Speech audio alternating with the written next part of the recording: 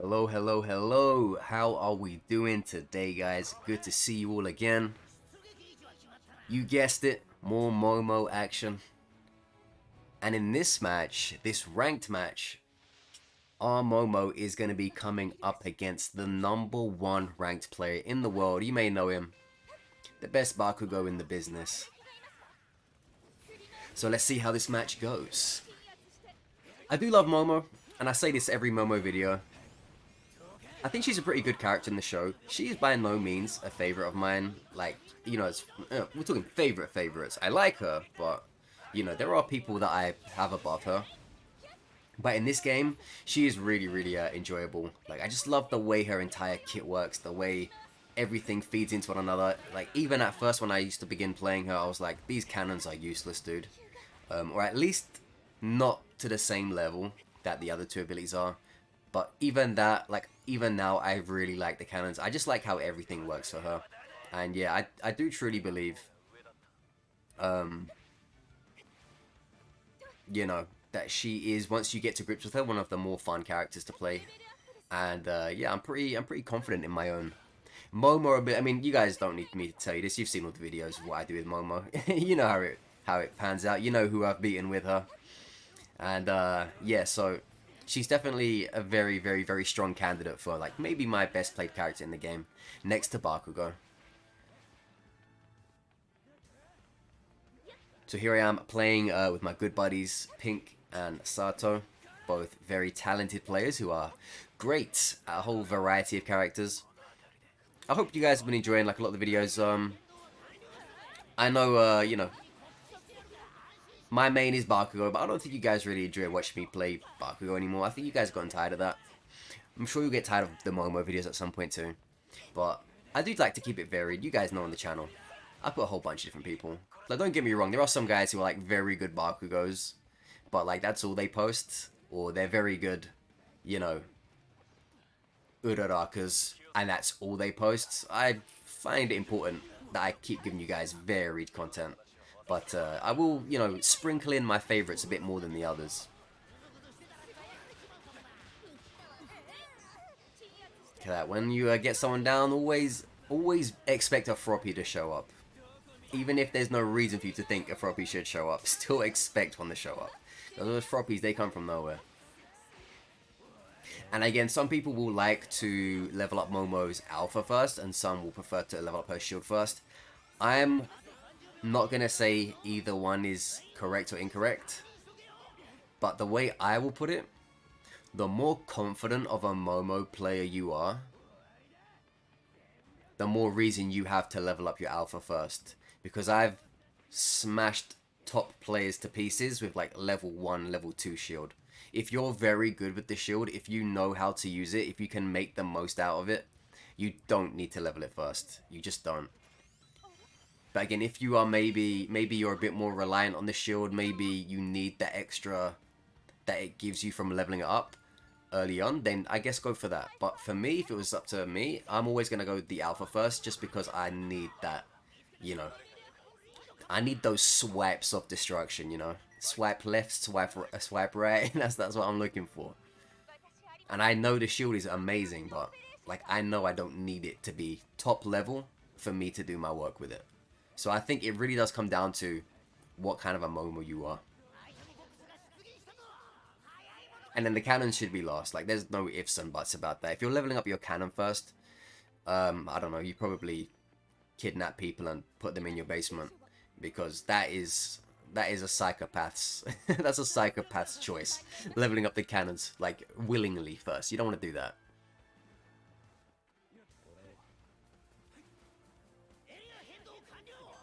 So when it comes to ranked games with Momo, stay with your team. Always keep an eye on them. Don't go too far. The more confident you are, the further you can go. But again, like, be very careful. Pick up as many rapid cards as you can, because with Momo you need to always have an option to run up a wall if you have to, whether it's to get away or to chase somebody, because she has no verticality without it.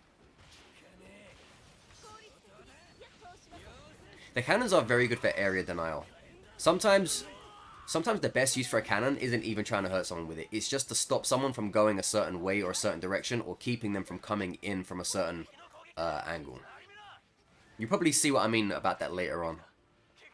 So we're coming up to a little stage confrontation here. So I don't give a fuck. I run straight up to All Might and Todoroki. Boom! Hit stage with the shield. I'm like, nah, none of that business, not today. And then, you know, I'm straight on the swipes. Swiping left on him, getting him out of there. Broke his shield.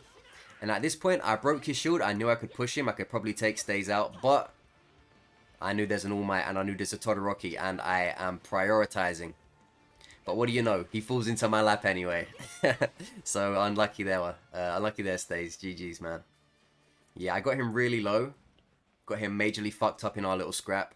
And then that Ida finished the job for me. But the reason why I didn't push stays is because Pink is down. Sato is down.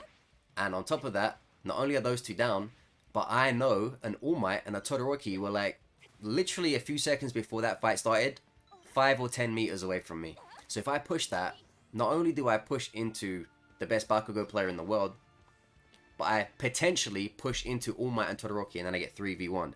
So that's why I decided to not make that push, but it all worked out in the end. Sometimes getting a very good player low is a good enough thing to do because someone else will take care of the job for you. Courtesy of your good work. Froppies, always keep an eye on them Froppies, man, because once they try to tongue whip you, again, like I say, most of the time those Froppies are always going to be coming immediately for you afterwards. Froppies are very aggressive. So you see the way I used that Froppie's aggression against them? That's what you guys should be looking to do. Whether you play as Momo or someone else, just try and find a quirk that can do a similar kind of job. So this All Might is not happy with me right now because I am chasing him to the ends of the earth. I'm not giving him a second. And you might be wondering, why are you chasing this guy so hard? I'm chasing this guy so hard because what I thought I witnessed was him picking up Stays' card. And I'm like, there's no way I'm letting the #1 ranked player get back in this match. After I had just got him out. So I chased this dude down to the ends of the earth. And look at that. I used the Rapid card to my advantage to run up the wall for a quick chase down. If I don't do that, I don't get this. Do you know why? Because he gets that heal off before I get up there. So again, Rapid cards. Same goes for Ibarra. Same goes for Derby. If you play characters who don't have verticality, go and get those Rapid cards.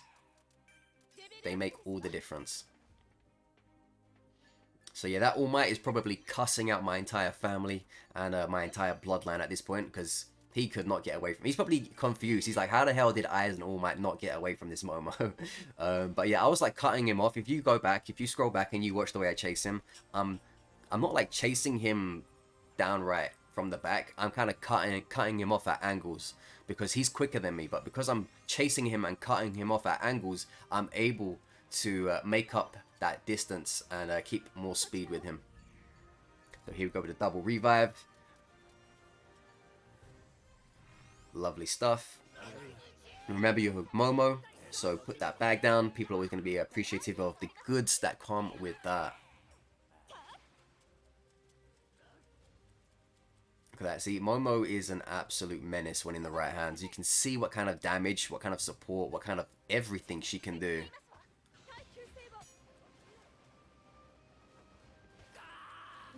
As long as you know what you're doing and you're confident in it, you're going to go a long way.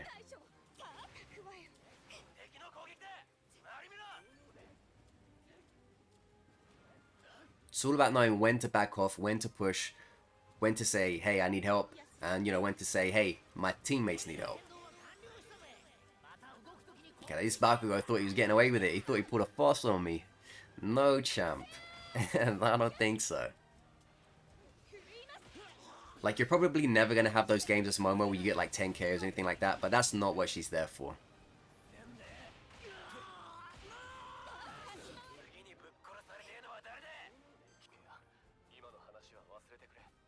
So again, this is a very, very good lobby. I know maybe you guys might not think it, but that's just how well we played. That's just how well we got back into it. And sometimes, you know, when you're dealing in the hardest lobbies, it's not about fighting the best people at the end. Even though these guys were good. It's about trying to get the best players out in the middle when everything is going crazy. Like, that will help you guys out a lot, because not everyone can play at a top 5, top 10, top 20 level. So sometimes you need to get those guys out when they're doing stuff, which is at the start or at the middle. So yeah, that was a very, very good ranked game. Hopefully you guys enjoyed that, learned from that. A lot of Momo tips in there to learn from, and just general stuff really.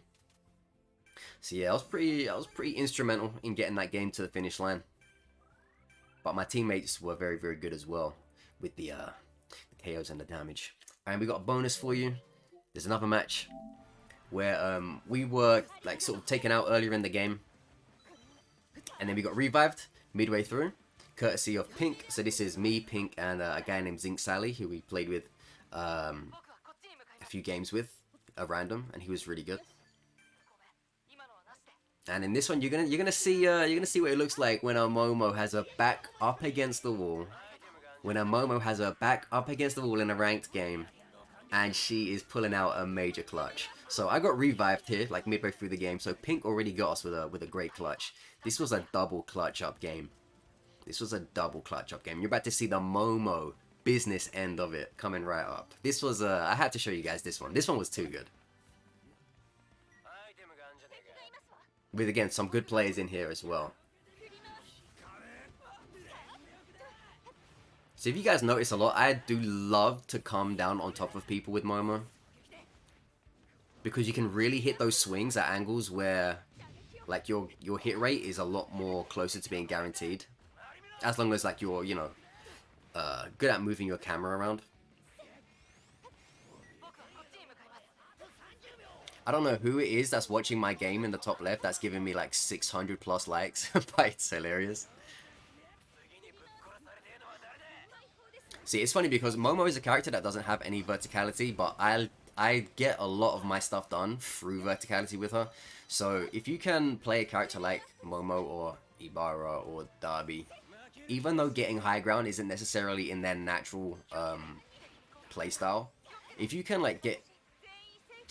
become proficient in finding high ground, you can add another layer to these characters' games. Because dropping down a Momo is, you know, it's very, very good for you. Not for them, it's good for you. Alright, so unfortunately Zint's got taken out by this devilish Kirishima, who also took down our Bakugo. And obviously the chaos involving the Shigaraki took the rest of them down. I tried to be so cheeky there.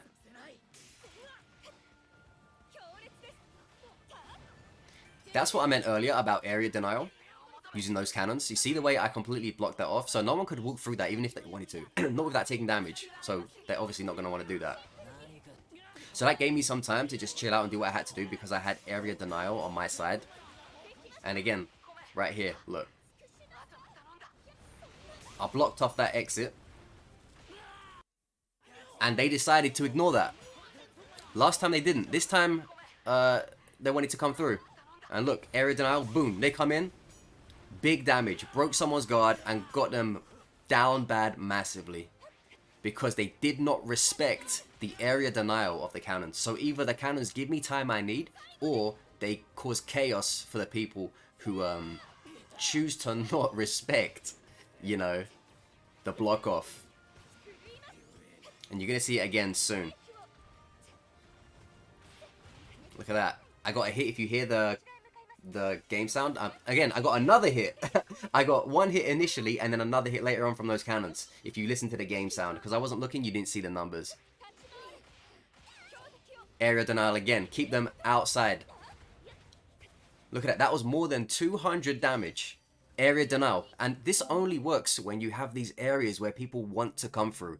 This doesn't really work in a big field. But when there's only one way out, one, you know, reasonable way out, they're not going to go all the way the other way around. They're not going to do that. They only want to go around this way. So when you have these areas where they want to come through like it's a tunnel, that is where your cannons become so key.